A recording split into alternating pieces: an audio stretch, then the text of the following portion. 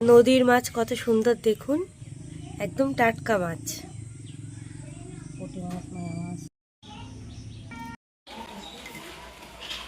ছোট মাছের মধ্যে আমরা পেঁয়াজ দিয়ে নিয়েছি।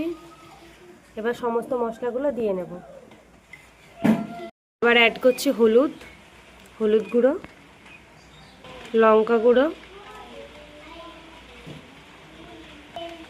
লবণ দিয়ে ভালো করে মাখিয়ে নেবে। এবার অ্যাড করছে সরিষার তেল।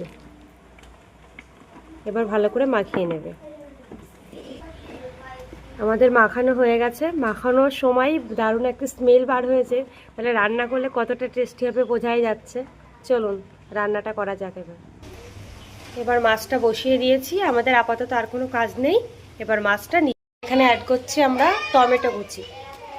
টমেটোটা দিলে টেস্টটা আরও বেশি ভালো আসবে মাছের। দেখুন এখনই কত সুন্দর কালারটা এসছে।